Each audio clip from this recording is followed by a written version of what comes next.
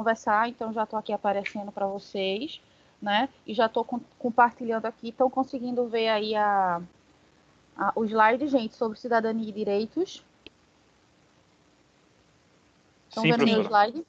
Beleza. Então, só avisando que a aula começou a ser gravada, tá? Hoje, um pouquinho mais tarde, em decorrência da palestra do dia DOL de vocês, certo? Eu estava lá também. Eu vi muitos, inclusive alguns de vocês, né, fazendo alguns comentários lá no chat, né? Então, que bom que foi proveitoso para vocês. Então, de fato, isso que vocês falaram, né, muitas vezes até parte um pouco sobre, né, essa noção do senso comum. Então, a gente vai vindo numa crescente na nossa disciplina, né? Porque inicialmente eu pedi para vocês me dizerem, né, o que nos torna humanos, né? O que nos torna indivíduos, né, seres humanos. Aí a gente viu toda a questão, né, de que o ser humano é aquele que aprende com outros seres humanos, que somos seres sociais. E aí, justamente para essa vida em coletividade, porque somos seres sociais, precisamos de regras, que é justamente o direito, tá? Esse conjunto de regras, tá? E de conduta. E como a gente viu na aula passada, também tem um pouco a ver com a perspectiva de controle, né? E hoje a gente vai, né, mesclar um pouco disso a partir do momento que a gente fala da perspectiva, né, dos direitos humanos, né? Alguém está com um microfone ligado, gente, uma musicazinha de fundo. Teria como desligar? Não sei quem é, que não está aparecendo para mim, mas se vocês puderem, para não atrapalhar tanto. Então, é claro que como a gente está falando de cidadania, direitos e normas, né, que é a temática da nossa aula de hoje, né, a gente tem que entender, primeiro de tudo, o que significa, né, o conceito, o que significa a palavra cidadania, tá? E aí, se eu perguntar para vocês o que é cidadania, vocês vão me responder aquela resposta clássica, que é cidadania, gente.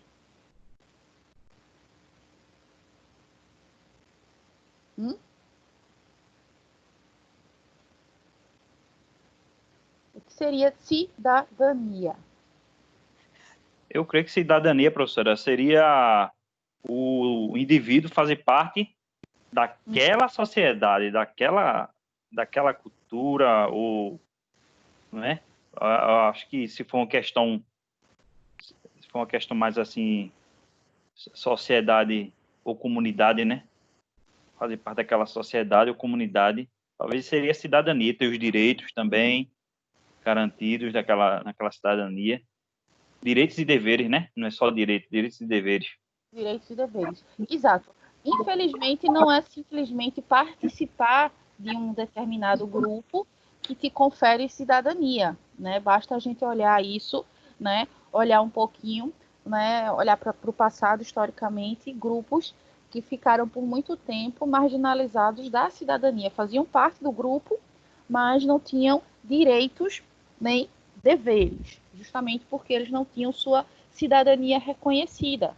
Certo, gente? Então, quando a gente vem acompanhando, né, o desenrolar da história, né, principalmente história ocidental, a gente vê que muitos grupos só vieram conquistar esse status de cidadãos e cidadãs, né, bem mais tardiamente. Né? Se a gente olhar para a questão, né, do Brasil, por exemplo, em relação aos grupos tidos como minoria, que a gente já vem falando sobre isso, né? As pessoas negras, as mulheres não eram consideradas, né, cidadãos e cidadãs, né, até início do século XX, por exemplo. Né? Então, não basta simplesmente eu participar daquele grupo para eu possuir cidadania. Né? Eu preciso, né, ser reconhecido enquanto indivíduo com direitos e com deveres, e que eu me identifique, também passa muito pela ideia de identidade, que eu me identifique com aquela sociedade, certo? Então tem todas essas questões envolvidas, tá? Então eu preciso ser reconhecido, porque se a gente for olhar, né, em algumas estatísticas, a questão, né, de crianças, por exemplo, que não são nem sequer registradas, né? Aí a pergunta fica: essas crianças, elas são cidadãs, né? Elas nasceram no seio da nossa sociedade, mas é comum ainda você ver, principalmente, né, em cidades do interior, na parte mais rural, né, crianças nascerem e só virem ser registradas, né, bem mais lá para frente. Então, né, são indivíduos que fazem parte do nosso grupo, mas que não foram, né, legalmente reconhecidos, porque eles não tiveram nenhum documento, nenhum registro, né, que a gente chama de registro legal, tá? Conferir aquele indivíduo direitos e, consequentemente, futuramente cobrar os deveres, né, em sociedade. Então é algo muito mais amplo do que simplesmente eu fazer parte, né? Por isso que historicamente a gente tem lutas de grupos que foram por muito tempo marginalizados da questão dos direitos, né? A primeira grande luta foi de fato, né, a questão das mulheres. Aí na onda da luta das mulheres, né, a gente tem também a questão, né, negra, e aí dentro desse, né, seguindo a busca por reconhecimento de direitos, aí você vê, por exemplo, a questão da população LGBTQI+, e assim sucessivamente, tá?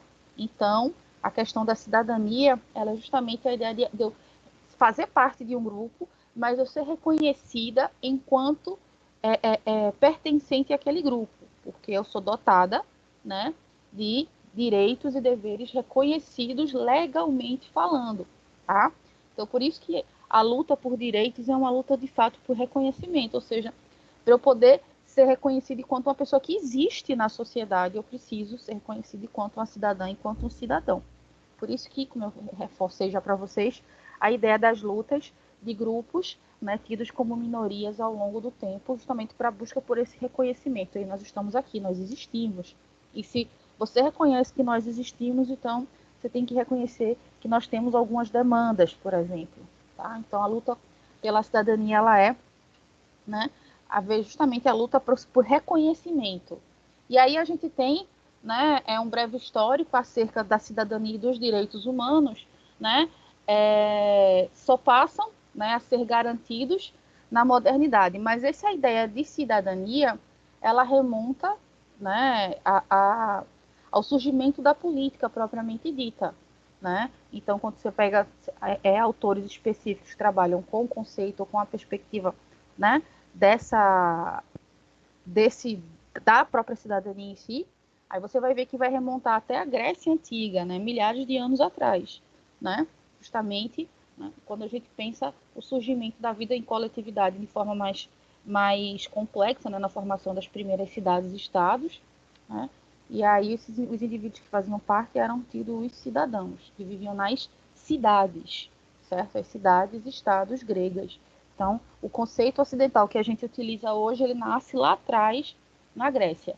Mas a gente está se debruçando, né, em relação direito e cidadania, a gente está vendo aqui em questão de direitos humanos. E aí eles só passam a ser garantidos, tá, na modernidade, certo, gente? Ou seja, é datado. Então, nem sempre a gente pode falar que existiram direitos humanos, certo?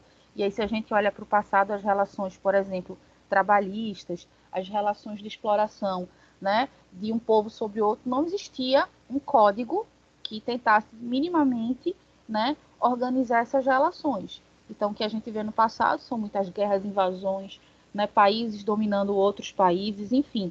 Até que chegou-se um consenso, a necessidade de pensar, né, num conjunto universal, ou pelo menos uma tentativa de universal, porque a Declaração Universal dos Direitos Humanos fica uma grande questão. Será que ela atende ou ela atinge a todos que deveria atingir? Né? Fica esse problema. Né? Então, ela é garantida a partir da modernidade quando a cidadania retoma o pensamento político ocidental, sustentada pelo ideário liberal e pela ascensão da burguesia. Novamente, né? A burguesia com esse papel fundamental. A mais importante das cartas de direitos foi a Bill of Rights, né, que foi escrita lá na Inglaterra ainda no século XVII, finalzinho do século XVII, que submetia a monarquia à soberania popular, né? É quando a gente vai ter a República do Cromwell, tem todo aquele, né, aquele processo das revoluções burguesas na Inglaterra, né, que quando o parlamento, né, assume um poder, né, equiparado e muitas vezes até maior do que a própria monarquia britânica, né? Se a gente olhar hoje para o governo, né, da Grã-Bretanha, a família real tem poderes propriamente ditos muito limitados, né? Quem de fato decide as questões pertinentes do Reino Unido e das suas colônias, né, do Commonwealth, né, é o parlamento com a figura do primeiro-ministro liderando, tá? E aí que é submetida à monarquia à soberania popular, transformando-a numa monarquia constitucional. Ela garantia alguns direitos essenciais, como liberdade de expressão, liberdade política e tolerância religiosa, né? Porque até então existia uma perseguição religiosa muito grande, né? Não à toa, muitos protestantes, né, muitos luteranos, eles fugiram, né, para os Estados Unidos. Na época, as 13 colônias ainda não eram Estados Unidos, né, e formaram o que a gente hoje, né, um dos motivos foi a perseguição, né, religiosa. Mas se aperrei com esse não, só para vocês compreenderem um pouquinho do que a gente está falando, fazendo esse apanhado aqui histórico do que significam os direitos humanos, tá? No século XVIII, quando as colônias inglesas da América do Norte, né, como eu já ia falando para vocês, se tornaram independentes, foram criados alguns documentos importantes, como a Constituição Americana de 1787, que é a Constituição, né, que lá nos Estados Unidos segue até hoje. Essa Constituição que foi feita na altura do momento da proclamação da independência deles. E serviu, inclusive, de modelo para outras, né, mundo afora.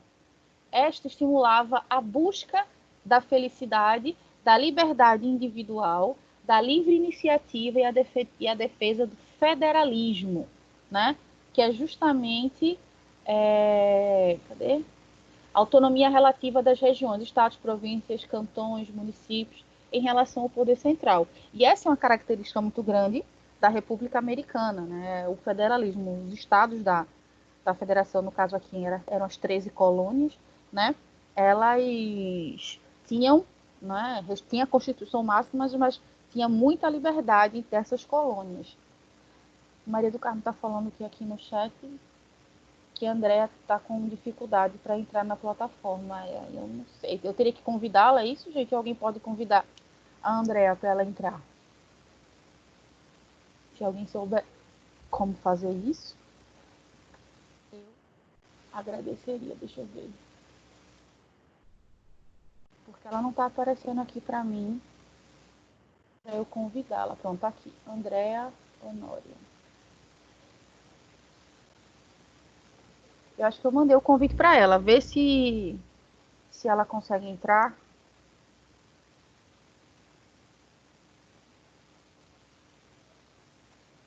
Eu não sei como é que funciona isso, gente. Você pede para ela reiniciar o Teams, fechar, sair, voltar de novo, que talvez ela consiga, tá? O sistema deve estar lento, eu não sei. Porque em muitas unidades está tendo prova já, né? Nessa semana, né? Então, talvez... Pronto, beleza. Mas, de qualquer forma, a aula está sendo gravada, ela pode ver depois de qualquer jeito. Pena que ela não vai estar aqui, porque ela sempre tem uma participação bem ativa.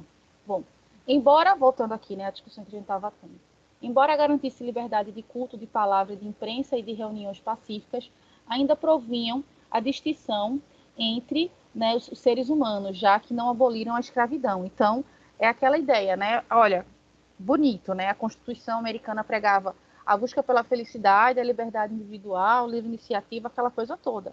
Mas, né, não havia distinção entre os humanos. Então, se a gente vai olhar depois, posteriormente, na Revolução Francesa, que é o que a gente vai ver a seguir, né, nem na Revolução Francesa também se garantia direitos, a gente não poderia falar em direito universal, porque, por exemplo, as mulheres não tinham direitos, os mesmos direitos que os homens, né, quando foi pensado, quando foi criado, né, a Declaração Universal dos Direitos Humanos. E por isso que eu falei para vocês, que é tomar cuidado, né? A cidadania vai muito além do que simplesmente estar dentro daquele país, daquela cidade, daquele estado, né? É algo que tem muito a ver com meus direitos, certo, gente? E, consequentemente, com os meus deveres, tá? Aí, ó. Já a Revolução Francesa, um pouco tempo depois, né, da Revolução Norte-Americana, da independência norte-americana, os direitos baseados nos princípios da liberdade e da igualdade foram declarados universais, válidos para todos os habitantes do planeta. esses direitos foram expressos na Declaração de Direitos do Homem e do Cidadão, mas não se estendiam, como eu falei para vocês, para as mulheres. E aí, quando você pega estudos hoje sobre a Revolução Francesa, né, a imensa maioria das pessoas, por exemplo, que tomaram a Bastilha, né, que derrubaram, que invadiram Versalhes, no Palácio de Versalhes, e derrubaram a monarquia francesa, a imensa maioria eram de mulheres, né? E ninguém menciona isso. Quando você vai falar de Revolução Francesa, você só vê, né, nomes de homens, né, sendo reverenciados como os revolucionários, aquela coisa toda, né? E quanto, na verdade, a massa mesmo que foi, né, que serviu para dar corpo à revolução foi das mulheres, né? Se a gente for olhar para outros movimentos ao longo da história, isso vai se repetir, né, gente? Então, é algo, né, que a gente tem que ter muito cuidado crítico quando a gente for falar, né, da questão de direitos e deveres, quando a gente for olhar com mais sensibilidade, por exemplo, para a história dos grupos que historicamente vem buscando, né, uma inserção e um reconhecimento de seus direitos e seus deveres, tá? Então, vamos ficar atentos a isso, tá certo? Bom, e aí os direitos originados da Revolução Francesa e da independência dos Estados Unidos, né, são a base da Declaração Universal dos Direitos Humanos, tá? Diga, Cleiton, você levantou a mão, pode falar. Professora, essa questão assim de direitos iguais, essa questão de direitos iguais, ela faz parte desse conceito de cidadania? Também a gente poderia incluir isso também, né? Mas é isso que eu fiz a ressalva, né? O conceito ideal de cidadania, justamente, é o reconhecimento do indivíduo pertencente a uma comunidade, porque ele, né, ele é reconhecido como uma pessoa de direitos e deveres.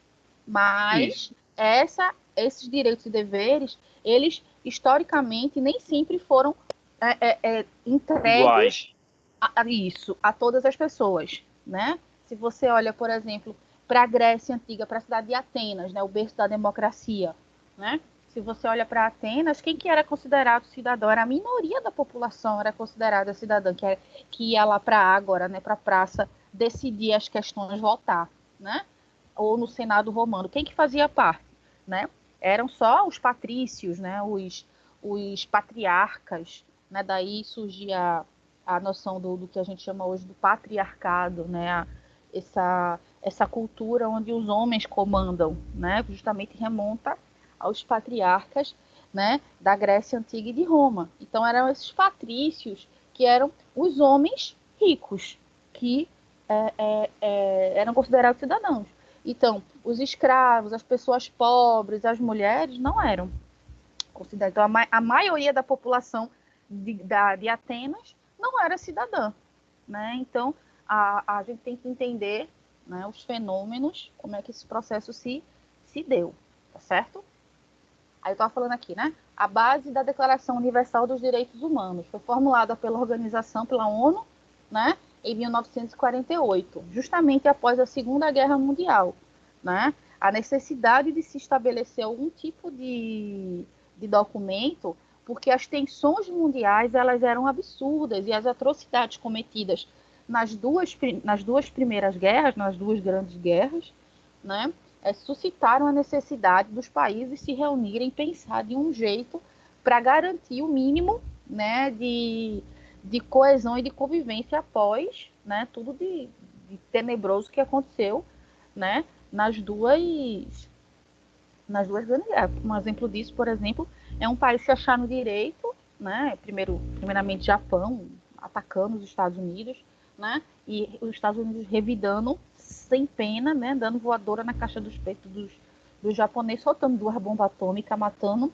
né, gente à torta e à direita, né, onde fica, né, o respeito à vida, aos direitos humanos, né? Então, opa, peraí, que alguma coisa tem que ser feita, porque está tudo muito, né, descontrolado, né, gente? O direito, onde fica o direito, né, a vida nesse sentido, quando uma nação se sente no direito de fazer o que bem entende com outras, né? E aí a necessidade, tanto é que a criação da ONU mesmo, né, e que algumas pessoas têm críticas, né, em relação à ONU, mas é justamente pensando nesse sentido, né, de tentar de algum jeito equilibrar tensões, né, porque elas sempre existiram, Mudam-se alguns protagonistas dessas tensões, né, mundiais, mas elas sempre existiram. A gente vive hoje numa tensão absurda, né? Inclusive a gente começou o ano de 2020, né, sobre uma tensão terrível, um medo terrível de uma possível guerra, né, a mundial, que a gente chamaria já de uma terceira guerra mundial, né, por conta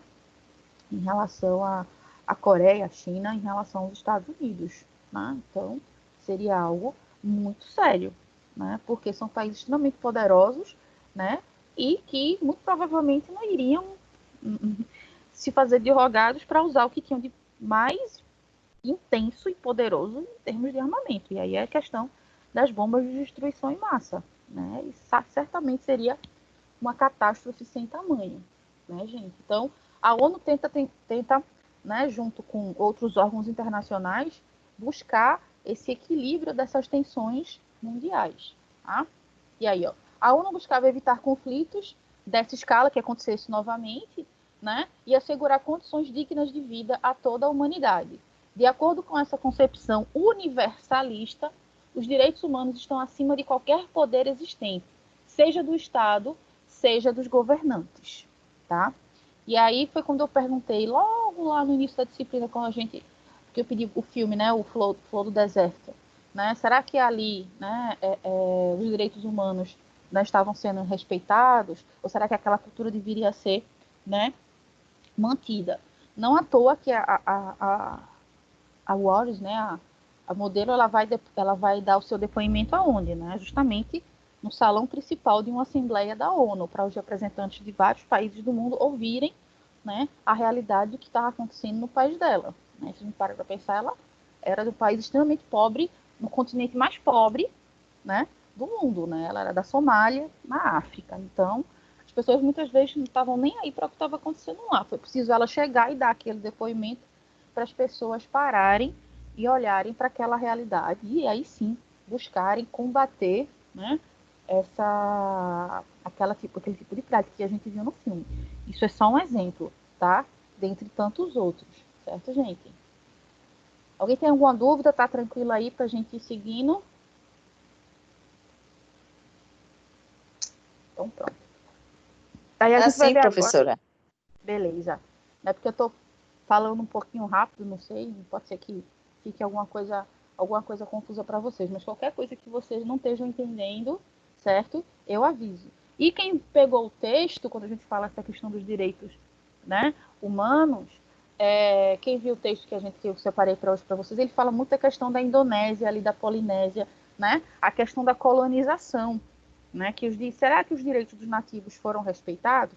A gente pode pegar o exemplo do texto e olhar aqui para o nosso Brasil, né? Será que quando os portugueses, os europeus chegaram no continente americano, né? Será que ainda não havia direitos civis, claro, né? Mas ali ficava muito claro a evidência, né, de que determinados grupos eles eram completamente atacados, dizimados, tinham sua cultura completamente desestruturada, né? Então é pensar nesse sentido, né, da importância de se ter um código de leis ou uma legislação de alguma maneira que tente, né, gerir isso, uma vez que a gente está falando de um mundo globalizado, né? Então é fundamental, tá? Bom, na década de 1960, o sociólogo Theodore Marshall, né?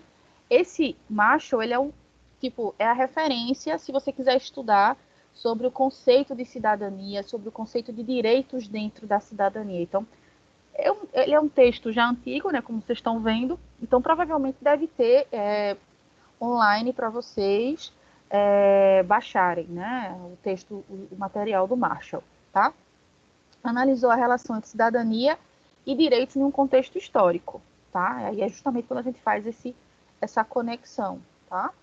E aí ele fala dos direitos civis, então ele vem lá falar dos séculos 17 e 18, que é justamente os direitos básicos, né? Os direitos dos cidadãos, os direitos civis, né?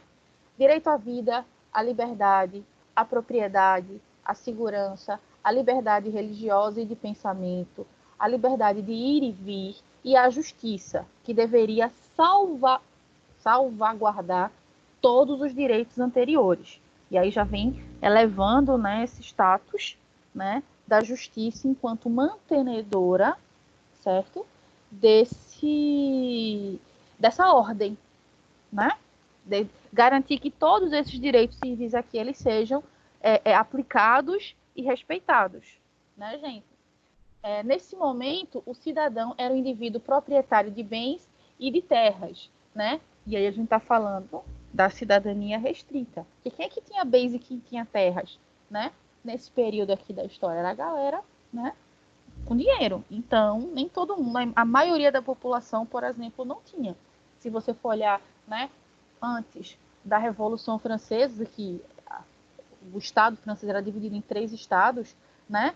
Esses ricos, eles representavam 3% da população. Ou seja, os cidadãos franceses eram apenas 3% da população.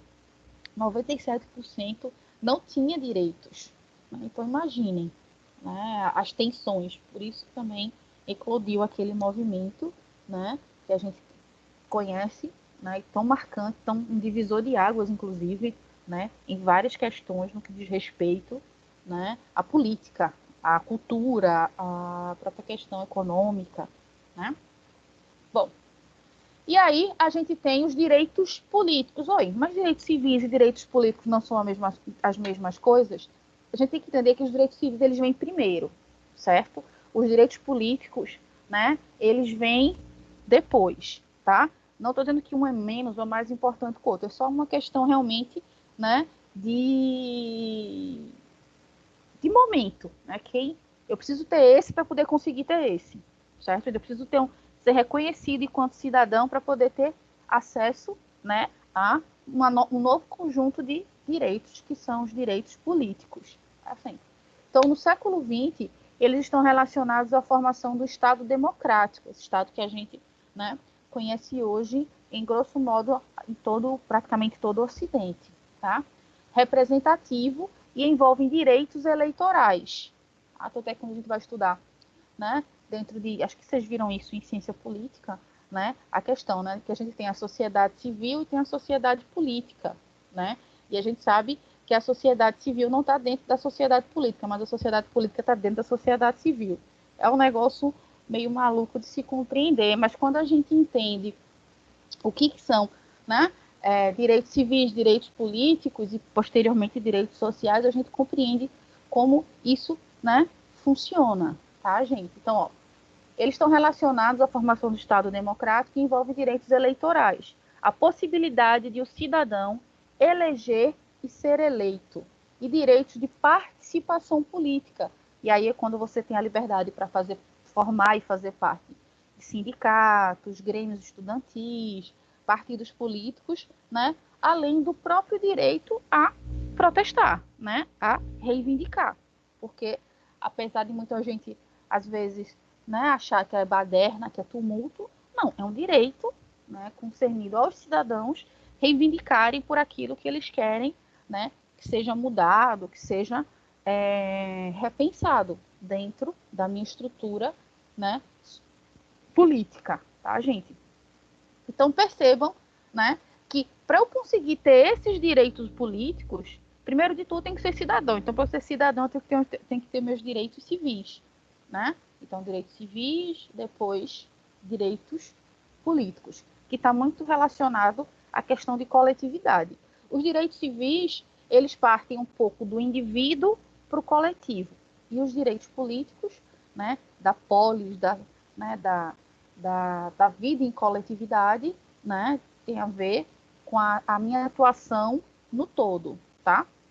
E isso nos leva, certo, ao que a gente tem como direitos sociais, certo? Também no século XX, é justamente o direito à assistência à saúde, à educação básica de qualidade, a programas habitacionais, a transporte coletivo, direito ao lazer, trabalho decente, previdência social, leis trabalhistas, proteção à maternidade e à infância, direito à terra e à cidade, certo? Então, são, né, aqueles direitos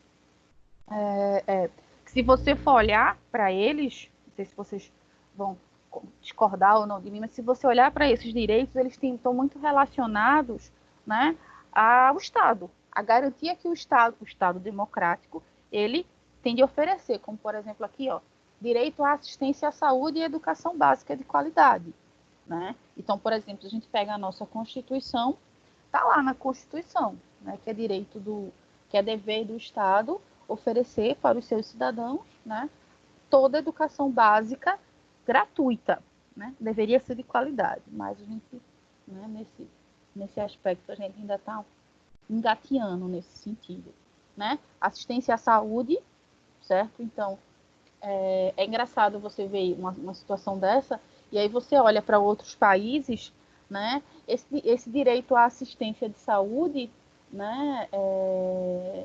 São poucos os países em que essa assistência ela está relacionada ao Estado, ou seja, ela é de uma forma, né, gratuita. Então é bem tenso. A gente, né, está vendo recentemente com a questão, né, da pandemia,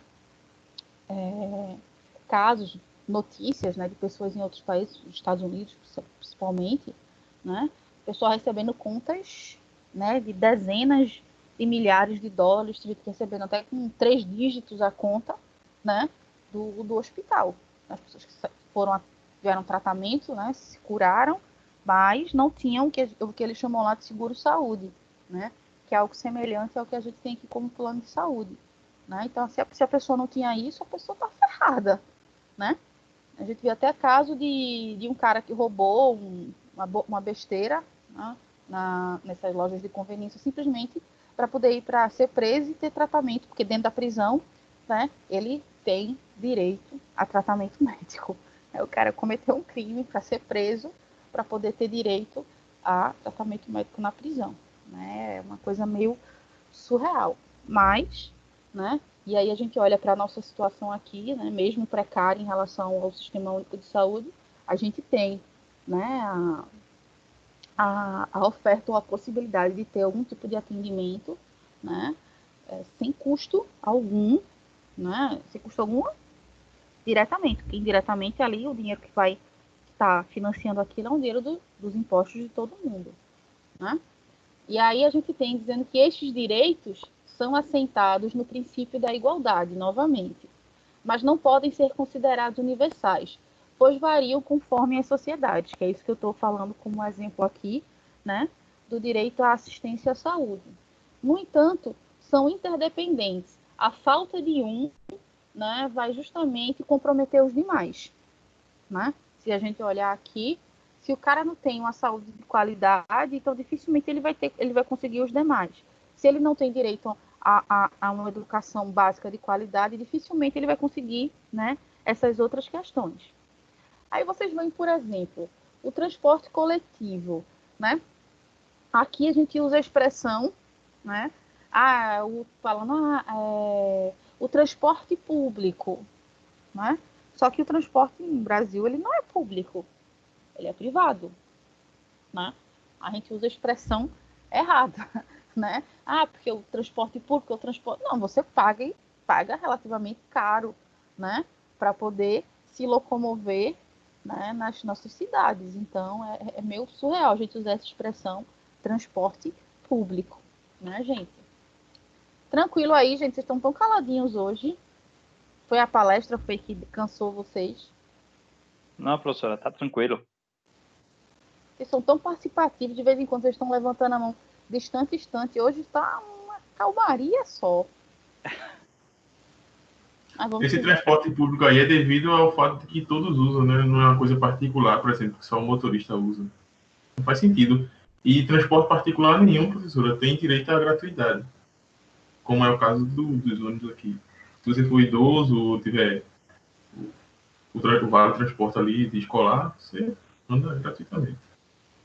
Eu acho que o correto seria mudar o nome, né, de transporte público para transporte coletivo, né, que vamos estar aqui elencado dentro dos direitos civis, porque o que a gente entende enquanto, né, público é o que é ofertado, né, pelo Estado, pelo poder público, né, então é uma questão de talvez de um erro de nomenclatura, né, que a gente estabeleceu, por exemplo, aqui convencionou-se no país chamado de transporte público, mas é coletivo, né, é um transporte onde várias pessoas, né, utilizam, mas, né, ele é particular, ele é privado, né, são empresas que lucram com aquilo, inclusive, né? Agora você tem, por exemplo, cidades na Alemanha que os ônibus eles são gratuitos para qualquer pessoa, né? Então ali sim a gente pode falar, por exemplo, de transporte público, né? É porque a nossa Falar Constituição, ela não especifica, né? Ela assegura o direito de transporte, ela só não fala como. Uhum. Aí é o que a gente fala muito, né? Que vocês em direito têm essa facilidade, né? Da questão das entrelinhas, das brechas, né? Que as leis abrem, né? Para vocês entrarem e verem.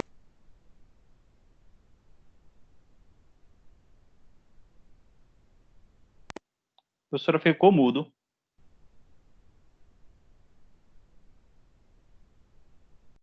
Ficou mudo Pronto? aqui também. Voltou Pronto? agora.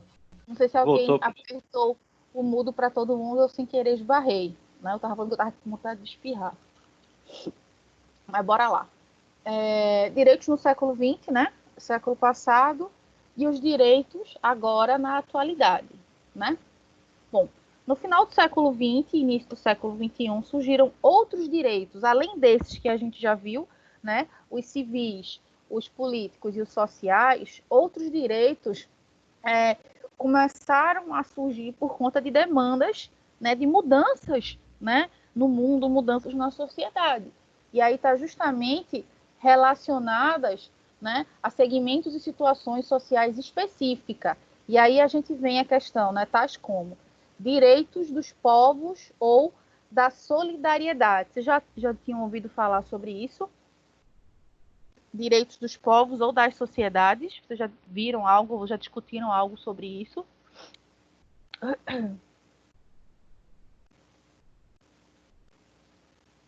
Bom, Não, professora. é justamente essa questão, né? Desse direito à paz, ao desenvolvimento, à autodeterminação, a questão do meio ambiente, né? Que a gente já viu a questão, a gente viu a questão do direito ambiental, né? Uma guinada, né? Quando a gente estava estudando sobre os paradigmas do direito na pós-modernidade, é justamente isso que ele está falando, esses novos direitos, né? Esse direito dos povos à solidariedade, então, o meio ambiente, ecologicamente equilibrado, a utilização do patrimônio, né, comum da humanidade. Então, são direitos, né, que são garantidos. Para a questão dos direitos indígenas, por exemplo, né, direito da pessoa com deficiência, né, então são direitos que a gente pode considerar, né, de uma outra geração, de uma geração mais atual. A gente vai ver mais um pouquinho os direitos de primeira, segunda, terceira e quarta geração, dentro do aspecto dos direitos humanos. Tá? E aí, esses direitos, né, econômicos e culturais, que também são tidos como novos, justamente a participação da vida cultural, assistência aos desamparados, direito ao progresso científico e tecnológico, etc. Né? Então, isso também é uma demanda mais recente. Essa gama de novas, né, de novas, como é que eu posso dizer, de novas possibilidades para os membros de uma sociedade, para os cidadãos. E aí, como eu falei, os direitos ambientais, relativos à proteção, preservação e recuperação do meio ambiente, utilizando recursos naturais sustentáveis. Então, vocês entendem que, como a gente já viu, o direito, né, enquanto ciência das leis, né, ele não pode ser engessado, ele não pode ser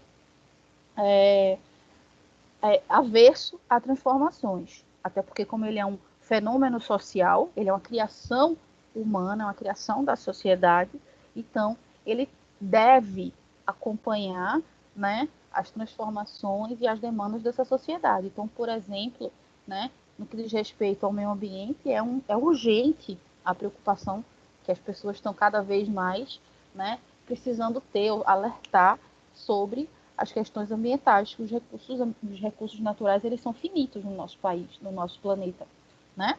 Então, se algo não for feito para garantir ou salvaguardar, né, as questões da preservação ou obrigar as pessoas a utilizarem de alguma forma atitudes ou comportamentos mais sustentáveis, né, muito em breve a vida na Terra vai ficar insustentável, né? E aí esses filmes pós-apocalípticos, que vira e mexe a gente vê, né, pós-apocalípticos, né, vão acabar se tornando né? Realidade. E, ao contrário do que muita gente pode estar imaginando, pode estar mais perto, né, do que longe, né? Essa é a realidade. Meio ambiente não gera voto, né, professor? Oi? Meio ambiente não gera voto, né? Não gera voto e não é tão econômico, não gera tanta riqueza, né? A exploração do meio ambiente gera, mas a preservação do meio ambiente é cara, né? Então, infelizmente, é um paradigma tremendo, né? Infelizmente, a gente tem, na verdade, um paradoxo, né? Tremendo, né? A gente precisa... Na vez que eu confundo aí. Eu também, às vezes, confundo. A gente precisa proteger, mas, ao mesmo tempo, garantir, né, a sobrevivência, recursos, né? Hoje, a vida humana ela é impraticável, por exemplo, sem água doce, sem água potável, né? E é sabido para todo mundo que a água potável no mundo ela é finita, ela não existe, né? Para você fazer o que você bem quiser com ela. Existem formas de você transformar, né, água salgada, enfim, em água potável, mas é caro e não gera riqueza, né? Então, alguma coisa, né, tem que ser feito. Então, precisou se criar algumas leis, algumas determinações legais para cobrar, né, um pouco sobre essa questão. Então, por exemplo, o protocolo de Kyoto, né, que a gente teve no final do século passado, é um reflexo dessa necessidade, né? É uma forma de cobrar, por exemplo, das Nações Unidas, cobrar dos países, principalmente os países desenvolvidos, que são os maiores poluentes, né, do planeta, medidas, né, que visem salvaguardar ou tentar minimizar, né, os efeitos, né, dessa exploração desenfreada no que a gente diz, se refere a questões, né, da natureza, do meio ambiente. Então, quando a gente fala em cidadania hoje, então a gente viu, né, que a cidadania ela é antiga, a ideia de cidadania ela é antiga, ela surge nas cidades e estados gregas, né, há milhares de anos atrás. Então, ela vem, em momentos evolui, em momentos retrocede, como é durante o período da Idade Média, né, como várias outras questões retrocederam no que diz respeito, né, a desenvolvimento social, voltaram, né, a questão com a modernidade, com o fim da Idade Média, e aí você tem as revoluções trazendo isso, né, repaginando muito a questão da cidadania, a cidadania acompanhando, né, o desenvolvimento das sociedades, a necessidade de se criar uma declaração, né, universal, então ser um cidadão do mundo, então o código que você segue, né, e todos estão submetidos, é o Código Universal dos Direitos Humanos, embora muitas vezes seja negligenciado, né, não seja cumprido como deveria ser. Mas e hoje? A cidadania hoje, né? E aí, ser cidadão é ter garantia de todos os direitos civis, políticos e sociais, aqueles 3 tipos que a gente viu, certo? Que asseguram a possibilidade de uma vida plena, tá? Então, ter cidadania é possuir aqueles 3 tipos de direitos. Então, se a gente para pensar hoje, olhando ao nosso redor, olhando, né, a nossa cidade, o nosso país, a gente pode dizer que essa cidadania atual, ela é garantida para todas as pessoas do país? A gente pode falar assim? Não. Será que existem grupos que ainda estão sem acesso a algum desses direitos? Assim, pode não estar tendo acesso, né? Mas que ela é garantida, ela falando pela legislação. Né? É tão tal que se você entrar com os meios legais, recursos, você pode conseguir. Agora, que existe igualdade no acesso é outra coisa. Pois é, né? Então, você vê que, infelizmente, para algumas questões é preciso, como você falou, entrar com processos, entrar com ações, né? E acaba se tornando projetos de lei, mas não se convertem, né, em uma lei fixa que estabeleça aquilo. Né? Então, é preciso bastante luta, né, para que algo se converta, deixe de ser um projeto, deixe de ser uma liminar, e se torne uma lei efetiva. Né? Então, de fato, ela é garantida por lei, mas ela não não é bem sucedida porque tem pessoas dentro da tua cidade, do teu estado, que não está tendo acesso àquelas leis. Então, alguma coisa, né, tá falhando aí nesse processo, né? Até também, professora, se você for recorrer judicialmente, você tem que ser bem financeiramente, porque não é qualquer um que barato. pode entrar, tem que pagar um advogado. Porque por mais que ela assegure o direito a todos, tal, se você for recorrer, você tem que pagar. Aí... Isso. Ou então Ô, professora, né? Oi. não, pode terminar, depois eu falo. Não, eu ia falar da questão do Ministério Público, né? Que você vai buscar um defensor público, né? Mas aí é mais, eu não sei como funciona exatamente, né, as demandas desses profissionais. Agora veja, eu estava pensando aqui com meus botões. A gente vê que esse ano o atual presidente ele foi sancionado uma lei que dá direito ao pessoal com microcefalia, né? Que tenha direito que os pais que ele seja realmente aposentado, não seja o BPC, né? O benefício aí os pais podem trabalhar. Mas aquelas crianças com microcefalia causada pela Zika. Mas as outras crianças que também têm microcefalia, que não são pela Zika, não têm o mesmo direito. Por outros motivos, não têm o mesmo direito. Aí você vê aí a disparidade, aí até sei lá, sei lá, não consigo entender a cabeça desses governantes. Eu, sinceramente, assim, não dá para entender até questão mesmo judicial. Qual a diferença só porque a doença é a mesma? O problema é o mesmo. O problema é o mesmo, que as crianças vão passar pelas mesmas dificuldades, né? Os pais têm o mesmo problema. Pois é. E aí, então, aí você falou da questão da microcefalia, né? Aí me remeteu à questão, né, da Convenção de Salamanca, né, que diz respeito aos direitos das pessoas com deficiência, né? Que foi, né, foi uma convenção internacional, né, que inspirou os direitos das pessoas com deficiência aqui no Brasil também, né? Que foi, claro, uma luta, né? Porque por muito tempo as pessoas com deficiência eram tidas como marginais da sociedade, né? Eram até mal vistas, né? Olhadas de cara feia, né? Inclusive, hoje, se a gente sabe, a gente tem uma série por exemplo, de estudos, né? Que diferencia vários transtornos, né? Que o pessoal até brinca, né? Ah, mas antigamente não existia esse negócio de autismo. Não, autismo sempre existiu, né? Só que as pessoas rotulavam todo tipo de deficiência intelectual e cognitiva, como a questão do mongoloide, ou coisas nesse sentido, né? Hoje não, hoje a gente sabe que existem síndromes diferentes e essas pessoas são cidadãs, então elas precisam ter garantidos os seus direitos, né? E aí eu preciso criar, inclusive, leis que obriguem, né, as escolas a não negar, receber esses estudantes. Se vocês forem, né, estudar um pouquinho sobre a questão dos direitos de uma pessoa com deficiência, é algo que você fica assim, caramba, né? A luta foi e ainda é muito grande, né? Se vocês forem pesquisar um pouquinho sobre a busca, né, por direitos desses grupos, né, tidos como as minorias, né, gente? Bom, alguém queria falar alguma coisa que eu interrompi, não? Bom, então vamos lá. Esses direitos não foram conferidos, mas exigidos, integrados e assumidos pelas leis, pelas autoridades e pela população em geral.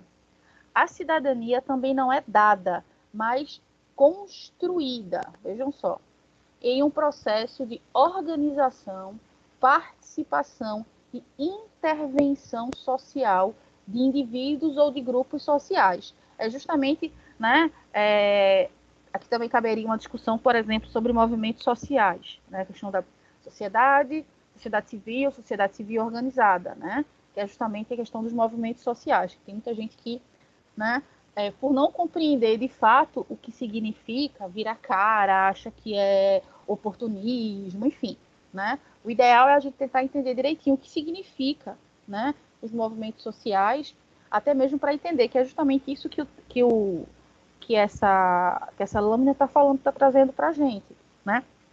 A cidadania também não é dada, mas construída em um processo de organização, participação e intervenção das pessoas, ou seja, uma intervenção social de determinados indivíduos ou de grupos, como eu falei no início. Exemplo, as mulheres buscando seu reconhecimento enquanto cidadãs, inicialmente pelo direito ao voto, posteriormente os negros, né? Mais recentemente a questão do movimento, né, LGBT, e aí, entre outras questões, as pessoas com deficiência, né, é outro grupo, né, que alguns entendem como minorias e acham que esses devem se adaptar, que não é o Estado que deve se adaptar a eles tem que se adaptar ao Estado. Aí tem um erro sério de compreensão do que significa Estado, né?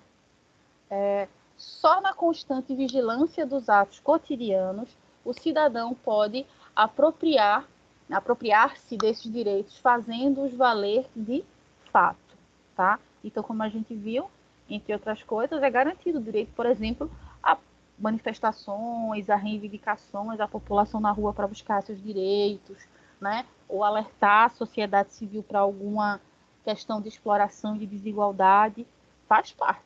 Está lá conferido como nossos direitos também, tá, gente? E a gente já está falando muito de direito hoje, mas cadê os deveres, né? É porque a gente já vem falando tanto dos deveres, né, na questão da lei enquanto reguladora, da lei punitiva, da lei, né, enquanto mantenedora de ordem. Agora a gente está falando um pouquinho sobre, né, a questão dos direitos mesmo, tá, gente? Então, seguindo. Nesse sentido, defender a cidadania é lutar pelos direitos e, portanto, pelo exercício da democracia, que é a constante criação de novos direitos. Como eu falei, não pode ser estanque, tem que estar sendo desenvolvida. Tá? Tendo em vista o grau de complexidade e desigualdade, podemos pensar em dois tipos de cidadania: cidadania formal e cidadania real. Vocês conseguiriam me dizer qual seria a diferença entre esses dois tipos de cidadania, a formal e a ideal? Ou a formal e a real? A formal é o que está escrito, né? Seria aquela que diz que é para ser. A bonitinha que está, né, no preto no papel, né? Isso, que está lá na Constituição, que não abrange todo mundo, né? E a real é o que a gente vive realmente no nosso dia a dia, no nosso cotidiano. Perfeito, Cleiton, perfeito. Exatamente isso. Basicamente é isso mesmo, né? A própria definição já deixa claro para a gente o que são esses dois tipos, né, de cidadania. E aí eu vou exemplificar, claro, para vocês, né? Está nas leis, principalmente na Constituição de cada país. É a que estabelece que todos são iguais perante a lei e garante ao indivíduo a possibilidade de lutar judicialmente por seus direitos, né? Mas é isso que acho que foi o Alexandre falou. Beleza, eu tenho direito a reivindicar, mas será que eu tenho condições financeiras para custear, né, um processo de reivindicação judicial por alguma questão que está me sendo negada, que está me sendo tirada? Né? E aí é por isso que você fala, a ideia do formal, a ideia do ideal. Né? O ideal é que fosse assim, mas, na verdade, o que nós temos é o real, que é justamente a que vivemos no dia a dia, mostrando que não há igualdade entre os seres humanos. Assim, os direitos só se tornam efetivos e substantivos quando são exigidos e vividos cotidianamente, né? Então, infelizmente, no nosso dia a dia, a gente ainda visualiza situações, né, em que a liberdade e a igualdade, que foi tão primada no momento em que foi cunhado, por exemplo, né, a Declaração Universal dos Direitos Humanos, não está sendo, né, devidamente aplicada. E aí eu trouxe para vocês um pouquinho, né, da Declaração Universal dos Direitos Humanos, que diz para a gente, né, ela foi aprovada lá em 1948, né, na Assembleia Geral da ONU. Esta declaração é o documento base da luta universal contra a opressão e a discriminação, defende a igualdade e a dignidade das pessoas e reconhece que os direitos humanos e as liberdades fundamentais devem ser aplicadas a cada cidadão do planeta. E aí, se a gente está falando de Brasil, que os direitos aqui não são devidamente garantidos quando a gente fala, né, a nível mundo. Aí é que a gente vai encontrar situações em que, de fato, né, a questão da igualdade no que diz respeito aos direitos não é, né, dificilmente ela é respeitada. Né? E aí os direitos humanos são direitos essenciais a todos os seres humanos, sem que haja discriminação por raça, cor, gênero, idioma, nacionalidade ou por qualquer outro motivo. Então, não deve haver discriminação de forma alguma, tá?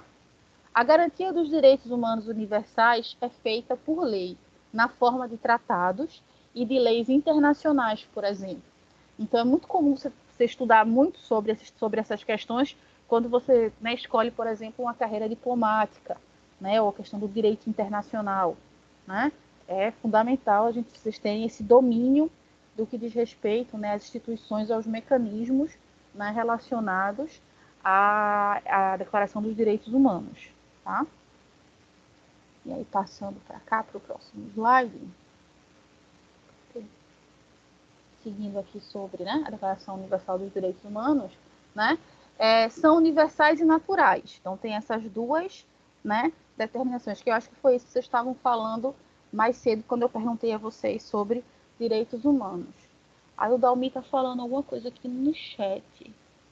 Porque no Brasil, direitos humanos virou sinônimo de direitos de bandidos. Em outros países, não vejo esse tipo de engajamento dos defensores dos direitos humanos. Normalmente, a atuação deles é em cima de arbitrariedades aos direitos políticos. Pode ser que eu esteja errado. Falo pelo que vejo na mídia.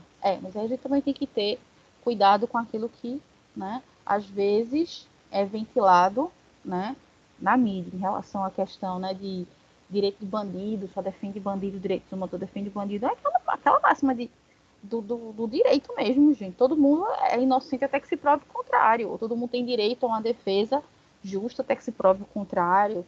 Né? Então, a gente tem que olhar nesse sentido, tá? São universais e naturais.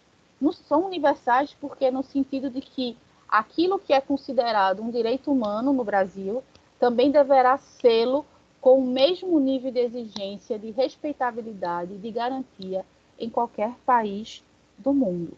Porque eles não se referem a um membro de uma sociedade política. Eles se referem à pessoa humana na sua universalidade. Então, eles são universais por isso. Porque os mesmos direitos, eles devem ser seguidos. Aqui no Brasil devem ser seguidos lá na Somália, devem ser seguidos lá, né, na Inglaterra, por exemplo. Tá? Então, é isso que a gente tem que ter. E eles são, aqui como eu estou falando, eles são naturais, para a gente tentar entender a diferença, porque dizem respeito à dignidade da natureza humana e porque existem antes de qualquer lei e não precisam estar especificados numa lei para serem exigidos, reconhecidos, protegidos e promovidos. Então, é aquilo. O que nos torna humanos? Né? Então, a partir do momento que eu sou reconhecido enquanto ser humano, né, eu tenho os meus direitos naturais reconhecidos. Tá? E está conferido isso lá, né, na Declaração Universal dos Direitos Humanos. E para finalizar, eu trouxe para vocês aqui, né, não vou me estender muito, até por conta do horário, né, vocês tiveram uma palestra antes, aí eu preparei uma coisa mais sintética para vocês, certo?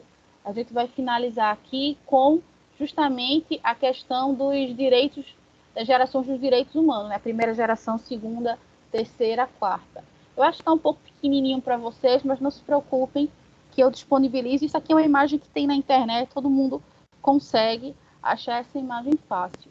Alexandre botou aqui no chat alguma coisa, deixa eu ver o que ele colocou aqui. Eficácia limitada, né? São de aplicação indireta ou imediata, acho que é imediata, pois há a necessidade da existência de uma lei para mediar a sua aplicação.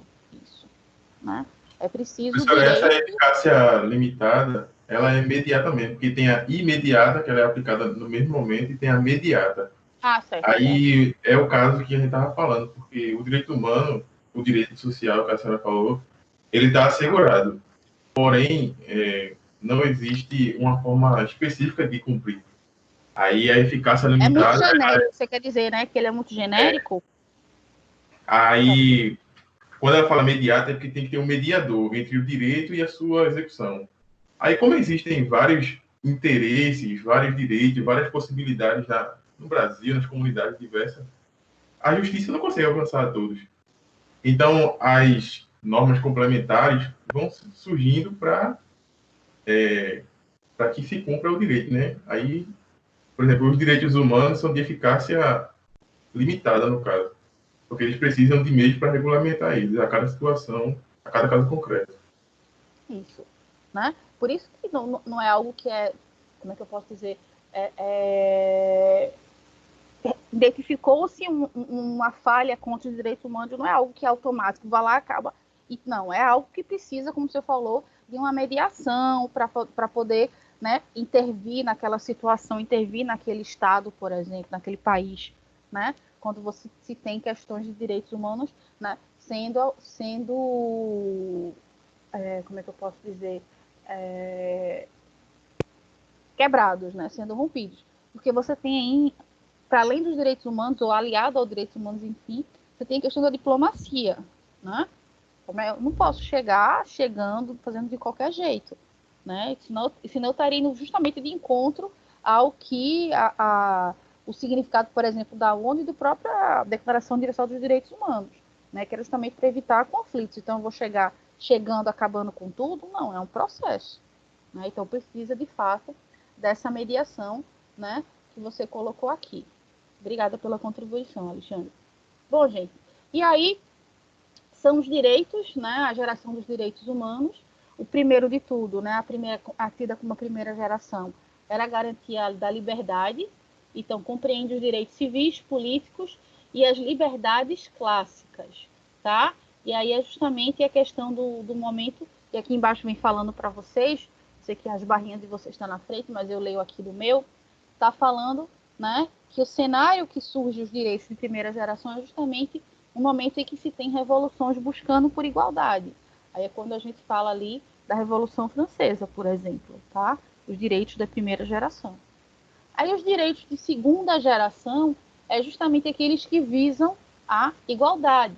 Então, compreende aí os direitos econômicos, sociais e culturais. Então, é justamente finalzinho do século XIX, né, e início do século XX, né, quando você tem aí o surgimento de movimentos políticos, de organizações como partidos políticos, os próprios sindicatos, os próprios movimentos sociais. Começa a ter esse surgimento. É quando a gente tem os chamados direitos de segunda geração, tá? Os de terceira geração é justamente nesse sentido da fraternidade, tá? Lembrando a premissa da Revolução, né, Francesa: liberdade, igualdade e fraternidade, né? São as três cores da bandeira, né, os três significados, né, da Revolução, tá? E aí a fraternidade, justamente, compreende o direito ao meio ambiente, né, ao equilíbrio, né, meio ambiente equilibrado, uma qualidade de vida saudável, progresso, paz, autodeterminação dos povos e outros direitos difusos. E aí o cenário, né, que os direitos de terceira geração eles estão mais acentuados, justamente esse cenário do pós-Segunda Guerra Mundial, né, quando a gente tem as consequências de um processo, né, que devastou países, né, e que as tecnologias desenvolvidas, né, para esses conflitos, elas têm impacto muito severo no mundo, né, no mundo tanto humano quanto na própria questão da natureza, né? Então, é justamente quando a gente vem falar da necessidade dessa fraternidade. E os direitos mais atuais, que é justamente o que chamados direitos de quarta geração, dizem respeito à garantia do acesso à tecnologia, né? E aí é fato a gente falar do processo de globalização, internet, aquilo que a gente já discutiu em outro momento, né?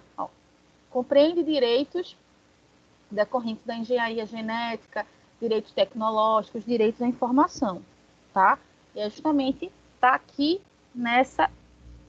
É o que a gente está vivendo, é esses direitos aqui da quarta geração. Né? A gente está tentando, né? A gente hoje vivenciando uma pandemia, né? A expressão já diz que é algo mundial. A gente tem vivenciado, né, exemplos e situações de que os direitos de quarta geração eles ainda não estão, né, tão garantidos assim.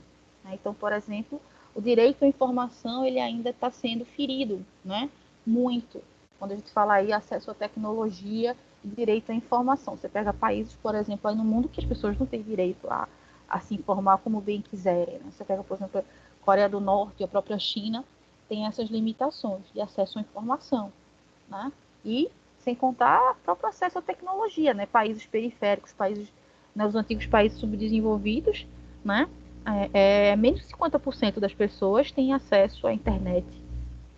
Menos de 50 pessoas têm acesso à água potável, imaginem a internet, tá, gente? Então, esses são, né, os direitos, né, vistos, né, e agregados, né, acompanhando as transformações sociais ao longo do tempo, que justamente são referidos à Declaração dos Direitos Humanos. Lembrando que eu preciso ser um cidadão para ter meus direitos reconhecidos. Então, não tem como pensar, né, em direito sem estudar ou sem compreender o que é cidadania, tá, gente? Era basicamente isso, pessoas, que eu tinha para mostrar para vocês. Já vai dar, já é mais de 9h30. Eu acredito e espero que tenha ajudado vocês. Alguém ficou com alguma dúvida, gente? Não, professor, eu fiquei com dúvida. Só, professor, por favor, só me tira uma dúvida. A senhora botou lá no WhatsApp a página que ia ser do material, mas só que meu WhatsApp limpou foi tudo. Aí eu boto lá de novo. É o capítulo que é sobre cidadania, direitos e normas. Isso, né? isso. Pronto. É porque como ele é um PDF, aí eu vou te dizer exatamente a página que tu procura do PDF, porque se tu for olhar a página do livro, é um pouquinho diferente. Mas no tá índice bom. tem lá, eu acho que é 272 do índice. Aí tu vai procurando no livro, aí tu acha 272. 72. Certo? Tá bom, professora. Obrigado. Gente, alguma outra dúvida que se alguém possa ter ficado sobre a nossa aula de hoje?